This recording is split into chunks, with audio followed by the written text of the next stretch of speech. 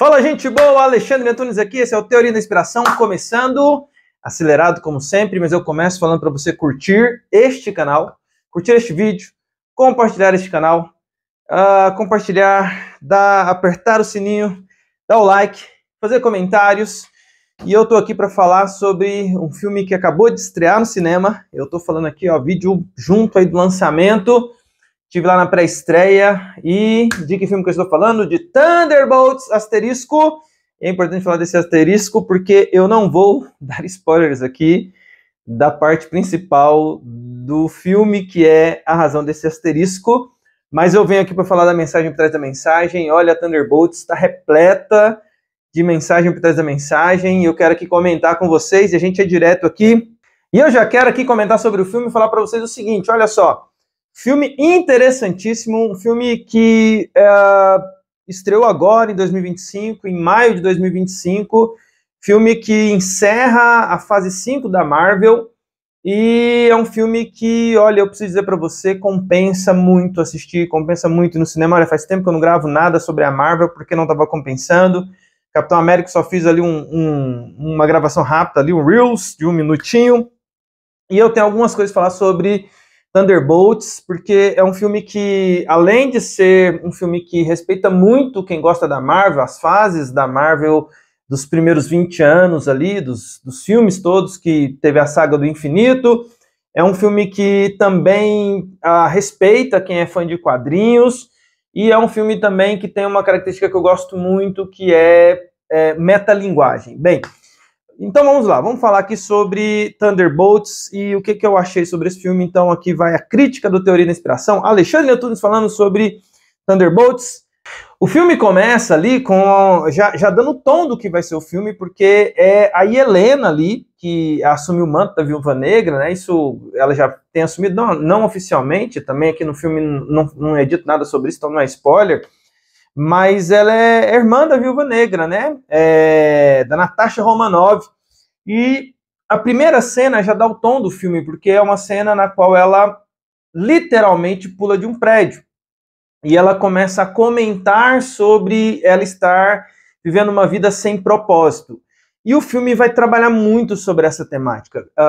É um filme que trabalha de maneira muito intensa sobre a temática de saúde mental, sobre, não aparece a palavra, mas é perceptível que é tratado sobre a depressão. Ela fala no começo lá, o empty, o void, né, o vazio, a sensação ali do nada, de falta de propósito, e depois isso vai se personificar num personagem que é o personagem que é o Sentry, né, e o Sentinela. E esse personagem ele tem um alter ego que tem justamente esse nome Vazio, e que é um vazio que vai tomando conta de absolutamente tudo.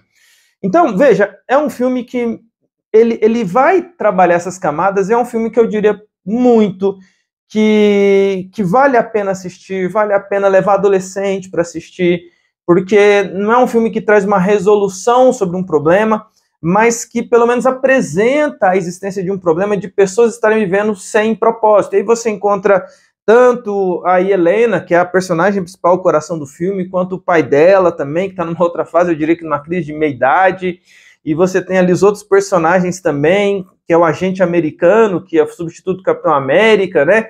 Também numa crise com a família dele, aquela coisa toda. São personagens que se encontram num momento da vida deles em que eles estão em busca de propósito, e aí Helena, ela é o coração do filme, mostrando esse sentimento de vazio, de falta de propósito. Só por isso já vale muito a pena, porque eu penso que na nossa geração a gente se depara muito com pessoas que vivem numa crise justamente de as coisas terem perdido o sentido. Eu costumo falar das pessoas perderem um brilho no olhar, porque assim, de repente estão vivendo, estão fazendo as coisas sem brilho no olhar, e o filme fala sobre isso, né? Sobre essa realidade de pessoas que perderam um propósito. Essa é a primeira coisa que o filme fala e que vale a pena. A mensagem por trás da mensagem pura aqui. A segunda coisa que o filme fala muito, que eu gosto muito dessa perspectiva do filme, me tocou nessa parte, você pegar os personagens que são ali a Helena, o agente americano, o Guardião Vermelho, o próprio Buck, que é o Soldado Invernal, você pega ali a Phantom, né, que é a Fantasma. quem são esses personagens dentro desse universo que foi criado, desse mundo aí da Marvel? São personagens que são personagens B, personagens que não têm importância, personagens que não têm protagonismo, ou que quando tiveram algum tipo de protagonismo nunca deu certo.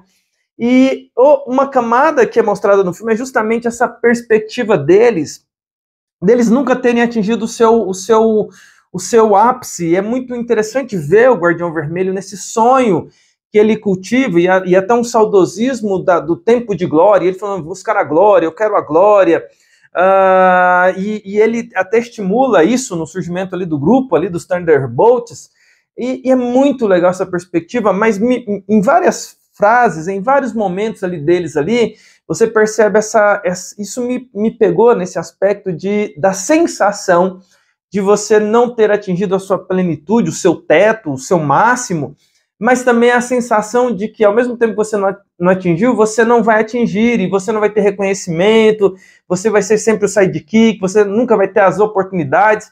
Eles ali em busca da oportunidade de serem os grandes heróis, e essa sensação do quase, sabe, do quase, de quase herói, de quase ser. E o filme trabalha isso até o final, e o nome Thunderbolts no final muda, e aí vale muito a pena assistir, porque ganha um novo nome, e o asterisco lá tinha um porquê, e o nome Thunderbolts no filme é muito legal, mas você percebe essa coisa do quase. Sabe, que me pegou muito nisso, dessa sensação daquele indivíduo que na sua vida, no seu trabalho, na sua profissão, ele sempre esteve ali no quase. Ele quase atingiu sucesso, ele quase venceu, ele quase foi, ele quase. E você percebe essa coisa assim, desse incômodo, e aí o Guardião Vermelho naquela crise da meia-idade, de não ter sido o herói que ele gostaria de ter sido, o reconhecimento que ele gostaria de ter sido. O Bucky fala de uma maneira muito legal, porque o Bucky funciona como essa pessoa mais experiente ali, que já passou por isso, e fala para os outros em um determinado momento do filme, fala assim, olha, se vocês não enfrentarem isso, vocês vão ficar nesse lugar aí, então não vai adiantar. Ele fala assim, eu já passei por isso, a gente precisa caminhar, não pode ficar abraçado aí nessa sensação aí desse mundo onde vocês estão. E eu achei muito legal essa perspectiva, né, de perceber que no mundo está repleto de pessoas que queriam ter tido aquela oportunidade, que queriam ter tido aquela chance, e de verdade, gente capaz que não teve aquela, sabe, que ficou no quase. E essa sensação do quase, ela não é legal, assim, e o Thunderbolts são esses heróis para quem quase foi alguma coisa. Eu gostei muito dessa perspectiva. Uma outra perspectiva do filme é justamente essa questão de como eles levam a sério essa questão da saúde mental. Todo o terceiro ato do filme é falando sobre essa questão da saúde mental, a partir do personagem do Bob e do Sentinela e do Vazio. Então, você tem ali 3 personagens num só, e aquela coisa do vazio tomando conta, né? Então, é muito legal porque ali no filme, o vazio ele vai ser literalmente algo que vai tomando conta e contaminando as pessoas ao redor. E aí uma coisa que me chama a atenção, para a gente parar e pensar, porque é um aspecto interessante de Thunderbolts, é ver essa perspectiva de como eles reconhecem o problema, e de fato a gente tem um problema de pessoas com um vazio existencial gigante. Eu volto para esse ponto que eu falei no comecinho, mas o que eu quero acrescentar aqui? A solução. Eu não vou dar aqui spoilers, especificamente como é a cena que acontece, mas é interessante como a solução para um problema existencial, de um grande vazio, um vazio que é gigante, um vazio que tem tamanho de um super-herói que se autodenomina Deus, ou seja, um vazio do tamanho de um Deus. Olha aí! Esse vazio só pode ser preenchido de verdade por algo que possa preencher, né? Esse buraco negro ali que vai sugando, né? E o coração do ser humano, o coração do ser humano tem um vazio do tamanho de Deus e precisa ser preenchido ali por Deus.